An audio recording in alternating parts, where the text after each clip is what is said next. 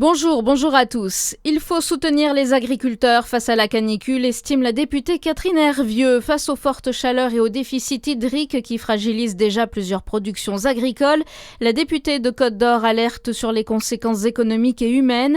Elle réclame des mesures durables pour aider les exploitations à s'adapter au changement climatique. Aujourd'hui, l'ensemble de la région est en vigilance orange canicule. C'est la troisième fois depuis le mois de juin. L'Hexagone se prépare une nouvelle fois à devoir affronter des températures extrêmes. 9 départements du Grand Ouest sont placés ce midi en vigilance rouge pour la canicule. Le plan Orsec chaleur extrême doit faire face à ce nouvel épisode de canicule. Mais à quoi va ressembler ce plan inédit d'organisation des secours? Réponse de Gaël Musquet, météorologue et spécialiste prévention des risques majeurs. Il faut imaginer des personnes âgées, seules, isolées, puisque c'est vraiment cette population qui a subi de plein fouet la surmortalité.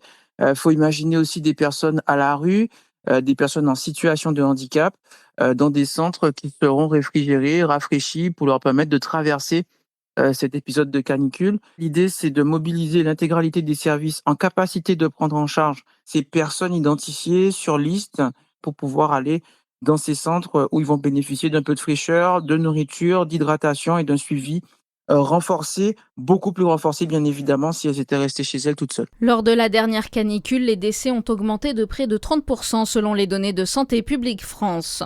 À Besançon, l'opposition lance une consultation citoyenne pour faire face à la canicule. Les écologistes, Génération et Société civile lancent un cycle d'échanges tout au long de l'été avec les habitants, associations et acteurs du territoire pour faire émerger des propositions. Elles permettront d'animer une convention citoyenne consacrée à l'adaptation de Besançon au changement climatique en septembre prochain.